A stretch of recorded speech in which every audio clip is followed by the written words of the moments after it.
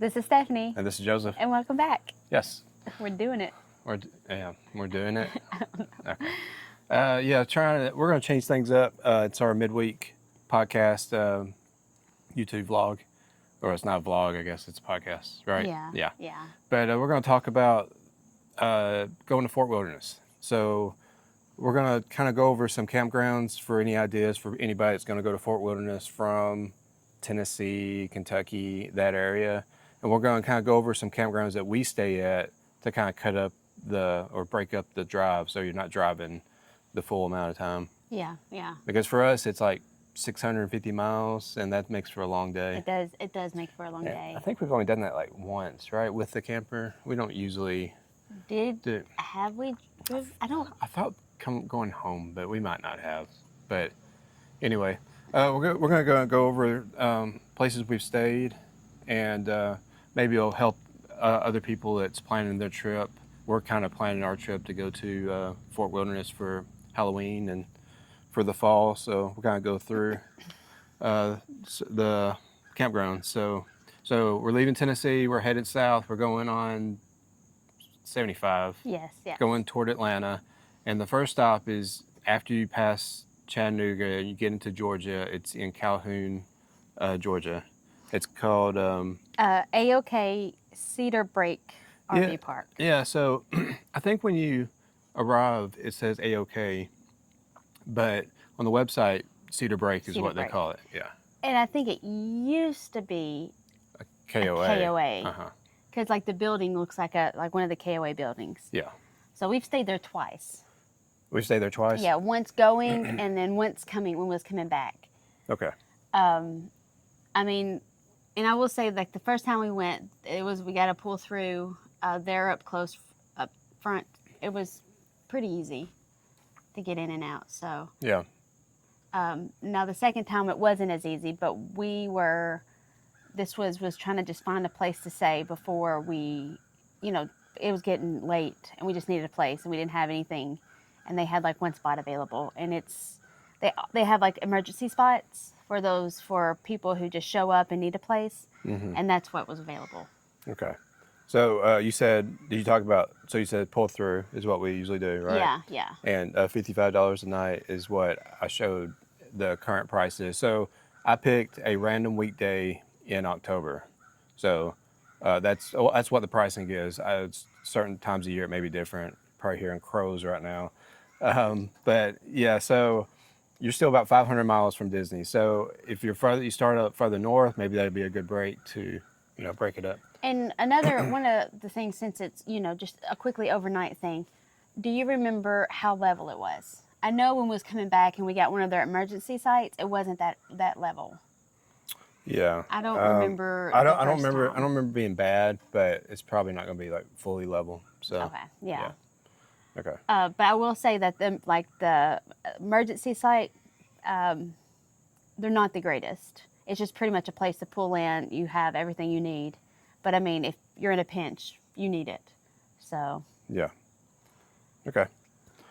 So moving on from there, and I'm going to add maps to show everything. But also a good point with that one is, the next exit after that is a Buc-ee's. Okay. Yeah. So there's two big Buc-ee's, both one on each side of Atlanta, and is that the bigger one, or is that the smaller one? No, that's the smaller one. That's the smaller one. If you go to it and you're pulling a trailer RV early morning or mid-evening or late evening, probably best bet. I mean, it gets busy. So it does, yeah. It gets hard to get into. All right, so from there, we are driving through Atlanta. Just a quick tip with Atlanta, because it intimidates a lot of people. We've only had one bad time. No, that was coming back. So going south, airplane flying over, going south from Tennessee, going toward Florida, I don't think we've ever had really bad luck on 75 going through Atlanta. I don't not with it, not pulling at least. I think once without pulling, we got stuck where they were like pulling up the little labels, the little reflectors and stuff. Just the only tip I would say is miss rush hour. For me, we've done late morning past rush hour. We've done really early in the morning, like 5 a.m., 6 a.m. It's actually better to have a little bit of traffic just so you don't have to deal with cars flying past you, Yeah. cutting you off. If it's a little thick, the traffic is, get in the middle lane and just follow the signs in above the overpass and then on the road, but stay in the middle. That's the And main thing. usually there's always someone out there if you need to get over. They'll let you over, especially if traffic. If it's moving, but kind of there's a lot of traffic. There's someone who will let you over usually. Yeah, and I So. think Atlanta's had a kind of a bad rap, but we've never had really that bad an issue. Our usual issue with the traffic is further south of Atlanta, Yeah, and usually coming towards Atlanta. yeah, So. yeah. Going south, going north. You mean, right? Yeah. But it was south coming of from Atlanta. the south, Yeah. and That makes more sense. When I Yeah, say. yeah. We've had more issues going back home on 75 than we have gone south. Yes. But anyway, yes. all right. So moving on, the next stop is a harvest host at Lane Southern Orchard. You're like 350 miles away. You would have to be a harvest host member. I'm not sure what the month or the yearly plan is. I think it's around $100, but it gives you access to a lot of places to stay. This is a store, I guess. It's a peach orchard. Peach orchard store situation. So we've only done this once. Yeah. It was just a gravel parking lot, right? Is that what it was? No, I think it's paved. Paved? It's Okay. paved. Okay. It was kind of rainy. I just remember it was rainy when we stopped. But they had like a little playground and stuff. But the kids wasn't able to play because it was cool and rainy. So. And for us, being in a fifth wheel and having a generator, we have to actually lug out. We didn't have a generator that time either. So we just dealt with the stillness of the air. So Yeah. I think we maybe cracked a few windows, but it was cool, like you said. If you're in a Class C, Class A, it'd be more ideal for staying at this Harvest most Host. definitely. But if you're part of Harvest Host, you would know you're supposed to spend $30. So we say it's $30, and you're about 350 miles from Fort Wilderness at that point. You have anything else about that place? Yeah. So next is our favorite because we've stayed at many times. It's easy to get into. It's right off 75. It's reasonably priced. It's full hookup, and that's Carol Sausage and Country Store, I think is what it's called. Yeah, I think the campground's called like the Big Peanut or something like that because there's a big peanut there. Yeah. So if you missed it, you'll see a big peanut to the right, and that's it. But it's easy in and out, and for us, it's a good midpoint. So we, like I said, we're 650 miles out. At this point, we're 285 miles away. They're pull through, right? They're all pull through. Full hookup. Yeah, and I think they've gotten more. And if you park close to the building, you get Wi-Fi. Yeah. So.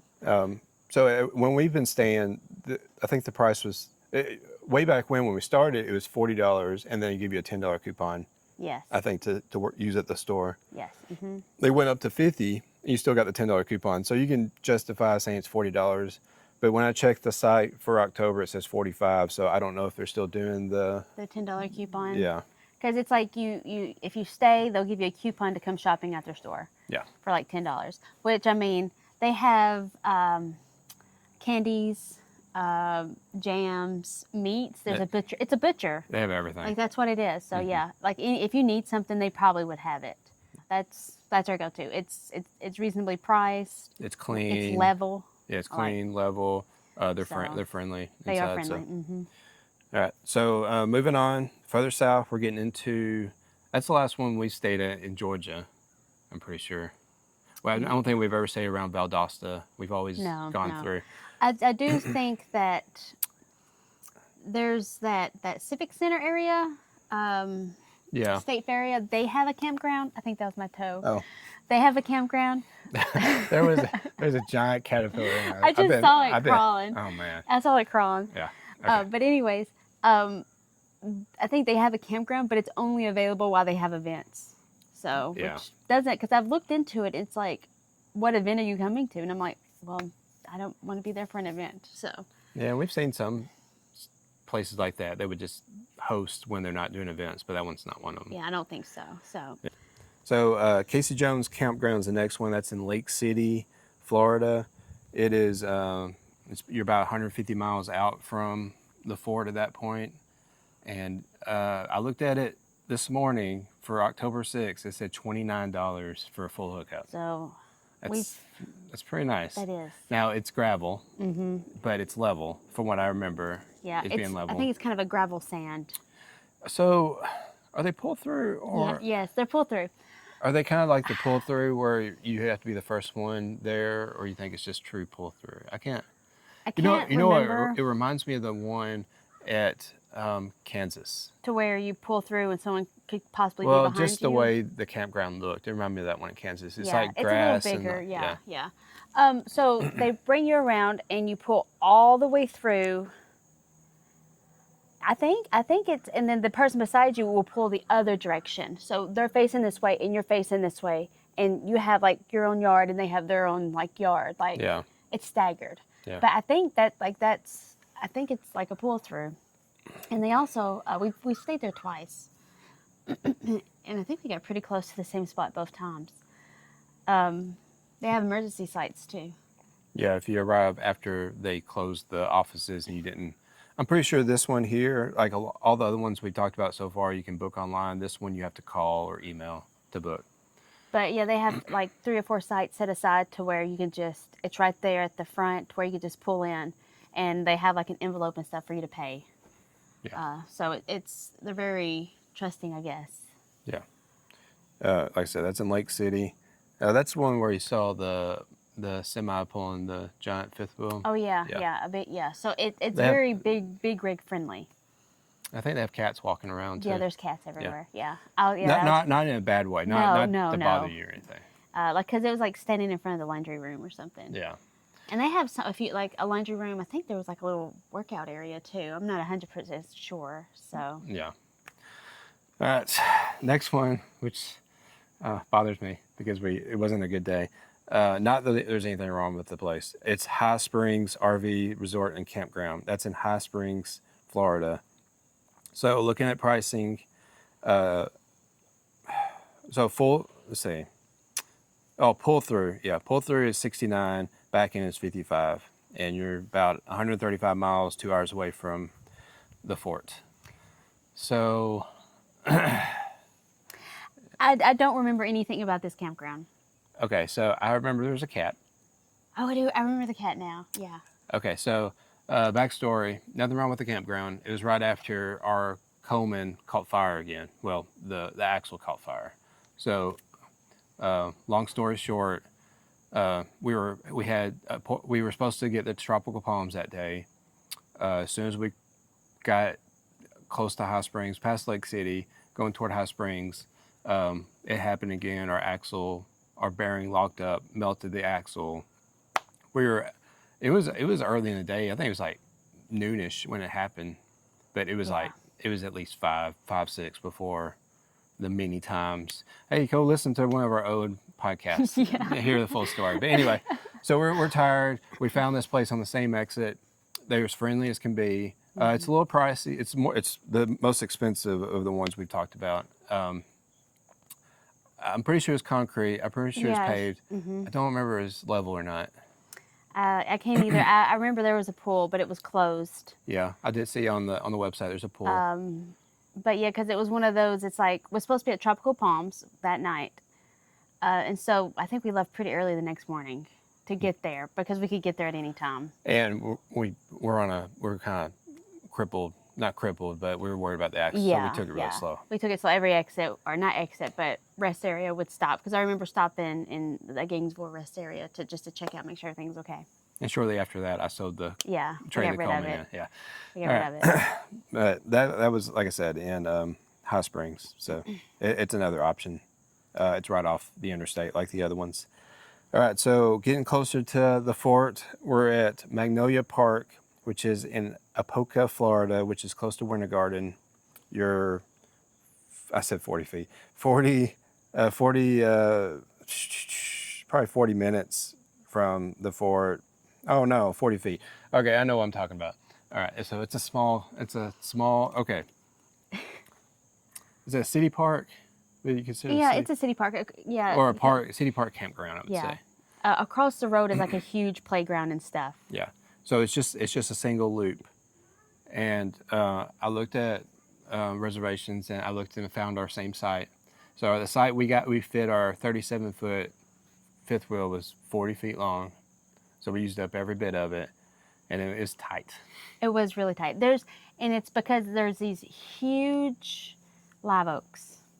I mean, it was a gorgeous, like it's really nice and pretty and shaded, but like going around the loop, it was tight because these huge live oaks are everywhere. And backing in, there was like a huge live oak like right in front of, like right there beside the road, so we couldn't like cut too easily. But yeah, it was. And I remember walking you out, and then the only I remember about this one is we had to get up early and drop the camper off because that's why we stayed there, so we could Yeah. drop the camper off at the dealership. Yeah, just get And repairs, warranty work. they have an area that you can come and go. Like, I think they give you a code to where it's like behind the main building to check in and stuff. Well, I talked to a guy. Oh, you mean Yeah. the next day? Yeah, the next day. Like okay, if you check in, if you need to leave during the night, or they have this area behind there, and if you need to leave early, they have this area. But like these live oaks, they're everywhere. There was one that just like went right across the road behind it, and we wasn't quite sure if we could make it underneath it. So we just waited until he opened up the main gate. Yeah. Because they close it off at night. So pricing wise, it's 23. So it's water and electric. I would say, so we're 37 feet. I would say lower 30s. I'm not sure if fifth wheel if you want to mess with it. I would say travel trailer under 35, you should be okay. There are some bigger campers, and if you want to try it, I mean, it's a really beautiful area. If you're really good at maneuvering too, like. I mean, of course, we were young with the fifth wheel at that point, I guess. Yeah, we were. I still wouldn't go back just because of what we have. But again, it's a really pretty park. Across the road is this huge playground if you have kids. There's a lake. Yeah. Mosquitoes really nice. Mosquitoes were bad. I remember that. Yeah, but we're in Florida. So. Yeah.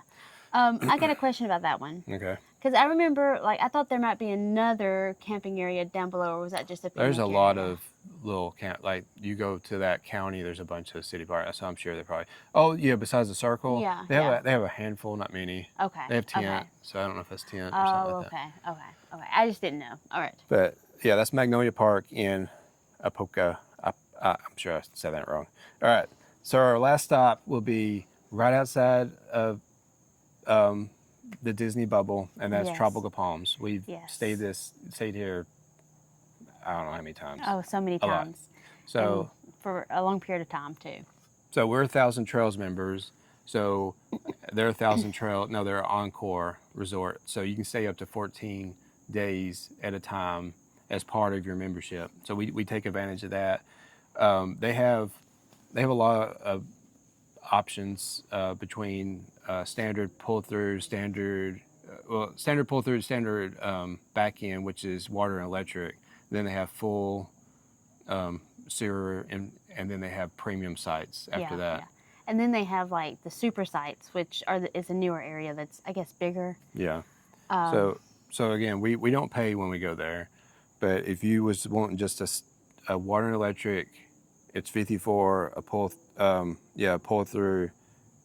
No, I did a pull through is 54. So that's where we stay, is just water electric pull through, because we always just stay there. If you are 1,000 Trails, they will dump your tanks Wednesdays, I think. No, I think it's just anybody. If you stay so long. Yeah. Yeah, Like okay. like on Wednesdays or Yeah. like. Or you can pay to do it other days. Yeah, you can pay. Usually with 1,000 Trails, they have an area that they put the 1,000 Trails people. We've stayed there once. It's just on grass. It's unlevel, so we prefer just to pull through Yeah. because they have nice bathrooms. We only did that once, you said? That was right. That was Yeah. Hurricane. Yeah, that was Because we're like, hurricane. oh, it's time to go to the fort. Hurricane's we're coming. gonna go to the fort. Yeah, so pull through. You say it's level. It's Oh yeah, somewhat level. it's more level than. So it's paved, and there's some roots and things. So it's not going to be like pristine or anything. But I mean, we're not paying for it. So, but they have great amenities. They have a pool. They have bocce ball. Great laundry. Yeah. So we really enjoy staying there. So we usually hop between there and the fort. And I mean, it's like 4 minutes from Epcot. Yep. So yeah, it's not that's far. the easiest. Like just driving. Yeah, you're close. You're really close to Celebration. So yeah, Celebration and O Town. yeah, O Town's right there. Yeah, and you could walk to O Town, so you wouldn't have to worry about parking. Yep. But okay. Yeah. Well, I hope this was somewhat informative. Along with, I've added maps, so we'll show you some places to stay and make your trip down to the fort enjoyable.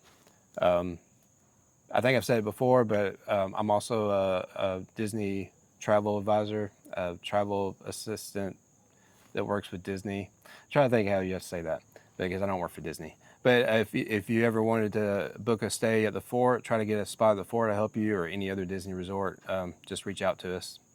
So I think that's all we got. We'll shut it down for today. All right, so thank you for listening to 4 Kids, 2 Dogs, 1 RV. Okay, bye. Bye-bye.